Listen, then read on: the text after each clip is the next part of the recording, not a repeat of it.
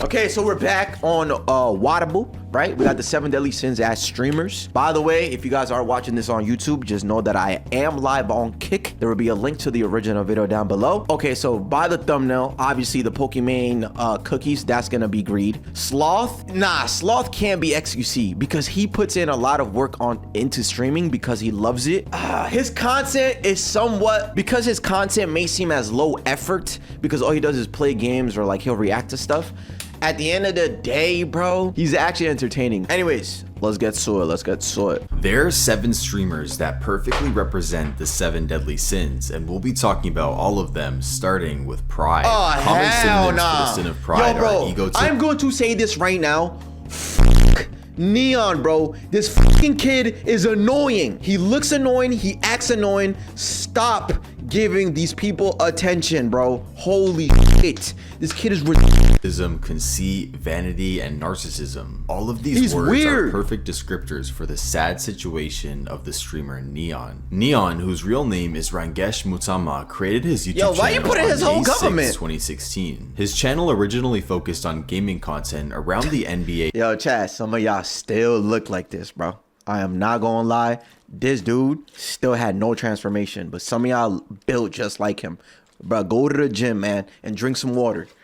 A 2K series. Watching his early videos, it's clear that Neon was a normal kid who had a real passion for creating content, as he posted almost daily during the beginning of his channel. But this consistency still wasn't enough to make him stand out, so he switched from making videos to streaming. This switch to streaming, along with the release of Fortnite, took Neon's live viewers from single digits all the way to the low hundreds. But this increased viewership apparently didn't satisfy Neon's prideful desires, as in December 2019, he posted a series of 4 videos that would be a stain on his online reputation forever. The series began with Neon's brother talking about how Neon was in the hospital in critical condition. Neon reiterated this point in the following video, saying he was about to enter surgery in which he would most likely not survive. The series concluded with a video titled "He's Gone," which seemed to imply that Neon had passed away. Then, after a dozen best moments videos were posted on his channel, Neon posted a new video alleging he had miraculously survived.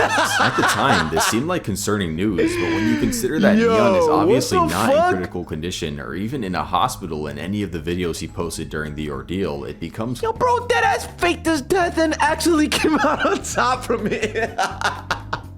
Bro said, bro thinks he's J-Station. Nah, this is crazy, bro. clear this was just a publicity stunt. From this point on, Neon would slowly but surely continue to ramp up his clout-chasing stunts and the level of his own arrogance. More recently, he faced himself getting jumped twice, all to feed his never-ending desire for relevancy. In terms of internet success, Neon's sin is actually propelling him to stardom. This is definitely not the case for our candidate for Lust, whose sin caused him to leave the internet and never come back. Who's this? Lust is usually thought of as uncontrollable sexual desire, especially when you sacrifice— Hey, bro, when it comes to Jocelyn, that's me for real, bro. I cannot control myself around her. Give me them toes.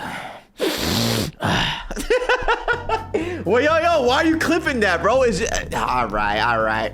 Bro said that's me and Vash. Oh, hell something important because of it. In the streaming world, there may not be any person better to exemplify what lust happened to than this Jaishi. Jaishi, whose real name is Demetrius, was a Minecraft streamer who had been grinding for almost a decade without gaining any kind of significant traction and viewership. His journey would take a seemingly positive turn when Dream heard about this young grinder and decided to raid his stream. After the Dream raid, Jaishi went from under 50 viewers per stream to consistently averaging in the hundreds. But the even better news came a few months later when Jaishi was invited to Dream's Minecraft server, the Dream SMP. This was great news because joining the Dream SMP was pretty much a guaranteed ticket to success. Oh yeah, since we were on the topic of fumbling, no, we said this on the last video, or I forgot when I said this. Bro, Dream could have had a normal face reveal if he just had done this, because he was looking like this and his jaw was like this. All you have to do was do this. Face the camera straight, and that face reveal would have gone like this. Cause look at him. He's not a bad looking dude. He's not ugly. He's not like weird looking. All he had to do was look at the camera and turn his head. Done. But he dead ass, like, yo, he fumbled it. He fumbled it because he looked, he had his face at like a 17-degree angle or something. That's tough, man.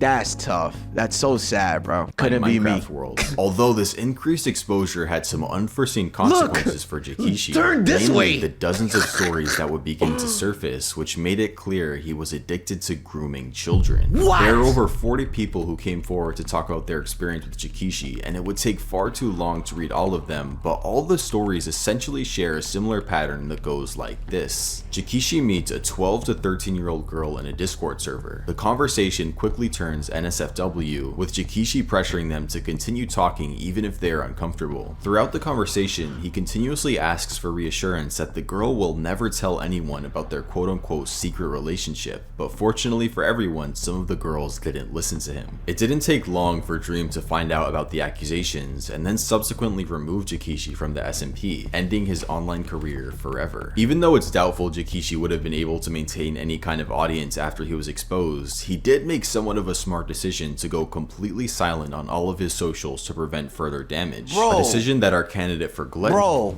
Bro, you type on Discord, you're leaving your footprints behind, bro. Like you why am I trying to tell him like how to not get caught? I don't know. It's just stupid. Like what would you expect? You're on the internet, you're on an app telling someone don't tell nobody, bruh. There's literal evidence right there, you fucking weirdo. That's what I'm saying, man. Completely silent on all of his socials to Bozo. prevent further damage. A decision that our candidate for Gluttony did the reverse of. Many of you have pointed out that the sin of what happened gluttony to that doesn't girl? just apply to food. Gluttony can be indulging in anything to the point of excess or destruction. The streamer Minks is a sad what but happened to perfect her? example of this destruction taking place. Minks, whose real name is Rebecca, is an Irish streamer who streams on the just chatting genre of Twitch. She began creating content when she was 12 years old, and over the years she developed a small but loyal audience. This small audience would explode when she was featured on the popular Twitch game show Love or Host. But around the time of her blow up, Rebecca's new viewers would notice some strange things about her behavior on stream. The most obvious was her frequent emotional breakdowns, which resulted in her screaming at the camera. These breakdowns would almost always be paired with copious amounts of alcohol consumption. The alcohol consumption and erratic behavior began to create a sad cycle. Yo, nah, she drinking. Yo, she know how to drink, bro. She got a problem, bro. If you grab the bottle like that, she know what she doing, bro. She definitely be drinking all the time. Oh my god. The more alcohol Minks consumed, the more insane her behavior became, and the more viewers would stop by to observe the train wreck. But like most train wrecks on the internet, they aren't sustainable for long periods of time, which is evidenced by Rebecca's statistics. On the bright side, Rebecca has indicated that she is on the road to recovery from her sin, which can't be said about our candidate for envy. The sin of envy is thought of as having extreme jealousy of the achievements and blessings of others, and there isn't She any turned to OnlyFans, I think. She went from Call of Duty to OnlyFans or something. But we saw her numbers on one stream. She's actually doing pretty good. She had like 6 or 7K viewers still. And then I think she also doxed somebody or some shit. Yo, Julian, what's good, bro? Long time no see, man. Happy New Year's, my boy. A streamer who built their career on top of envy as effectively as Nadia. To understand how she accomplished this, Nadia, we have to go all the way back to the beginning of Nadia's journey. Nadia began streaming in early 2021, where she averaged around 10 viewers for a few months. Her game of choice was Call of Duty, a game which Nadia appeared to be very talented at. Nadia also seemed driven to break the stigma that female gamers can't play at the same level as their male counterparts. This was something that she frequently talked about during her streams, leading Nadia to gain a decent amount of traction on Twitch and boosting her average viewers from 10 to 100. A female gamer who was unapologetically committed to being technically good at a video game was a breath of fresh air to the viewers on Twitch, who became part of Nadia's growing community. She was actually really good, and she knew how to market herself with that TikTok shit. She was like, hey guys, I'm live right now hitting clips like these, and it'll be like aimbotting clips. The one where she was like washing a plate or some shit on some goofy ass game. It was actually really good marketing. Yo, Junior, thank you for the follow, my boy. Nadia's mission would also prove to be a double-edged sword, because her arrogant attitude about being a quote-unquote girl player who was better than the guys led people on the internet to examine her gameplay and find some very suspicious activity. There were multiple moments where her crosshair unnaturally snapped onto her enemies in ways that wouldn't be physically possible with human reaction reaction times. For example, there's a moment where sees an enemy parachuting in from above and locks onto an enemy that wasn't even visible on screen. Nadia has pretty ineffectively tried to defend herself from these cheating allegations, claiming any discrepancy found in her gameplay is just a glitch. Nadia has also taken the bizarre approach of saying that criticism levied against her is sexism because men don't like that a girl is better than they are at their favorite game. Nadia, I thought that was, yo, Nadia, I thought you deadass was not hacking. That is a hack. She sees, yo, bro, ain't nobody in the screen. Isn't even visible on screen. Nadia has pretty ineffectively tried to defend herself from these cheating allegations, claiming any discrepancy found in her gameplay is just a glitch. Nadia has also taken the bizarre approach of saying that criticism levied against her is sexism because men don't like that a girl is better than they are at their favorite game. Even though Nadia's public image is pretty much decimated, her average Twitch viewers are only on the uptrend, which may be proof that tapping into a sin like envy can actually be beneficial for your online career. Yeah, she's actually her doing incinerated good. Image with all of Nadia's income sources, we can confidently say she brings home a lot of profit at the end of the day, which is the complete opposite of our candidate for wrath. Wrath is defined as uncontrollable anger, and there is no streamer that represents. Brother, you're gambling. That's it.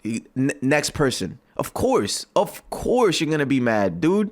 You're gambling. Uncontrollable anger better than BossManJack, whose real name is Austin Peterson. Austin is different. Why do you go to the government name? In a pretty significant way. His wrath is driven by a sad and crippling addiction, gambling. Austin began his journey into streaming and gambling in 2019 on the classic video game RuneScape. In this game, he would quickly get a reputation as a scammer by taking massive loans of RuneScape's in-game currency, then betting it all in duels. As time went on, Austin became unsatisfied with betting with fake money, so he decided to start streaming actual online gambling. From the moment after making this decision, Austin became stuck in a perpetual cycle of win, lose, repeat. When he wins, Austin looks extremely happy, jumping up and down with excitement. But the interesting thing about this is it's not the money that's making Austin happy, it's the winning itself. The evidence for this is that Austin will never just end his stream after winning, he always continues until he's back to zero. The next stage in the cycle is that's a 200x? Wait, yo, bro, take the winnings and leave. What's good with you? Until he's back to zero. The next stage in the cycle is lose. The losing stage is marked by some of the most intense wrath I have ever seen from a content creator on the internet. Austin will make holes in his wall, destroy his door, and even physically harm himself after losing. The especially sad thing about this situation is the fact that his viewers enjoy these rage sessions, creating a horrible cycle of incentivizing Austin's sin to increase his viewership. With everything we know about Austin, it's clear he definitely isn't a savvy creator by any means. So while his mistakes are significant, they are also understandable. Our next candidate is extremely savvy, which makes her sin completely baffling. Rita's thought of as the intense okay, this is the cookie stuff. At the end of the day, it's just gonna come and go, and she's still gonna be Pokimane at the end of the day, man. Desire for more than necessary. Our candidate for greed is unlike the other streamers on this list because she's kept up a perfect image, but her desire for more led her to make a foolish business decision that may have potentially destroyed her viewers' trust forever. Pokimane, one of the most popular streamers on the internet, saw the success of other influencer products like Feastables, Prime, and Kylie Cosmetics. Having a large audience of her own, she decided to create her own consumer packaged goods product, which led her to launching Mina Cookies, a company that provided a supposedly healthier alternative to mainstream cookie brands. Everything seemed like it was going according to plan until the price of her cookies were revealed at $7 for a small bag. This price isn't as crazy as you may think, because there are plenty of premium look at the clip in the back. You ain't funny. Yeah, I know which one that is. Because there are plenty of premium healthy cookies on the market which cost a similar amount. What the internet discovered is that these supposedly premium cookies were a white labeled copy of nearly identical cookies with a 225% markup on the price. The only difference between the recipe of Pokimane's cookies and the other ones is an insignificant amount of vitamin D. The drama likely would have died, but Pokimane made the terrible decision of insulting the section of her audience that couldn't afford her cookies. Oh my god, $28 for cookies? I know math is hard when you're an idiot, but like if you're a broke boy, just say so. This may be one of the worst things you can say as a successful content creator, as it was your audience that got you to the position you're in. Your wealth was accumulated because of these people you're now calling broke and poor. Facts. It is incomprehensible to me You were made from these people that you are now. Exactly. Despite her massive business failure, bro, Pokimane- she wouldn't be able to pay the bills if the people didn't subscribe or watch her streams, because if people watch the streams, then she gets ad revenue, and ads equals money. Duh. Chat. If y'all don't subscribe right now, that means y'all are broke. I need the money, man. I need to pay. I need to pay rent, bro. The rent was due yesterday. I'm broke. I'm in the negatives. Help! That's yo, bro. That's weird, bro. Man, always be humble. Always respect your chat, bro. Always respect your viewers. Without them, you are nothing, bro. Come on now. You don't pay for shit. 6 stories. My brother, I live in New York. My house. Yo, bro, yo, thank you for the follow. Bro, my house costs my fucking leg, bro. Yeah, New York is not a good place to live. But yeah, facts, you need us? Of course, bro. Every content creator needs the viewers, needs the audience. Of course, bro. Which borough of New York? I actually no borough. I'm gonna get made fun for this one, but I'm chilling in Long Island, you feel me? Yeah. I can't do the boroughs, bro. Bro, quick thing. They're too congested. There's too much going on, and I hate people. So I'm chilling in the suburbs. All right, next one, Sloth. XQC? Bro, ain't no way, boy. Pokimane's net worth is still in excess of 20 million, which shows it doesn't matter how rich you are, you can always fall back into sin. Our next candidate proves this even more with a net worth exceeding even that of Pokimane, falling into a sin which seems to be especially dangerous to those with success. Sloth is thought of as extreme laziness. It's one of the only sins that is based on omission rather than action. This video's candidate for Sloth is unique in that his laziness not only hurts himself and his own image, but also hurts other content creators as well by essentially stealing from them. This candidate is XQC, or Felix. Felix is what you would call a react streamer, or someone who creates content by watching other people's content live on stream. Wait, he's talking about me, bro. Yo, chat, I think I'm Sloth, man. He literally just described me. I'm a reaction streamer that reacts to other people's videos. Yo, I'm a goofy. Clips themselves watching it and then monetizes it on YouTube. Now, of course, there are a lot of react streamers, but what makes Felix stand out as particularly slothful is the fact that he offers so little additional content during his reactions. Yeah, he'll get up and get food. He just simply watches the content, and the other 5% of the time, he laughs or says a small descriptive comment. In some particularly egregious cases, he will play a video, then leave the room, allow the video to play, and then come back when it's almost finished, and still monetize the content on YouTube. In the case of XQC, it seemed like justice had been done because his YouTube channel was banned for copyright violations, but then was shortly reinstated. Oh, okay. To see which YouTubers represent the 7 deadly sins, go watch this video now. Okay, yeah. Normally I'd be like, nah, but he's XQC, but it kind of makes sense. His reactions sometimes are like, lazy, I guess, but I don't think he's doing it as a reaction to put on YouTube. I think he's doing it just as watch time for his stream or something like that. And then I think his editor is the one that takes his quote unquote reaction and then puts it on YouTube. I don't know, but anyways, dope video. I liked it. Yeah. I like this list, bro, with the YouTubers and then the streamers one. Very well done, indeed.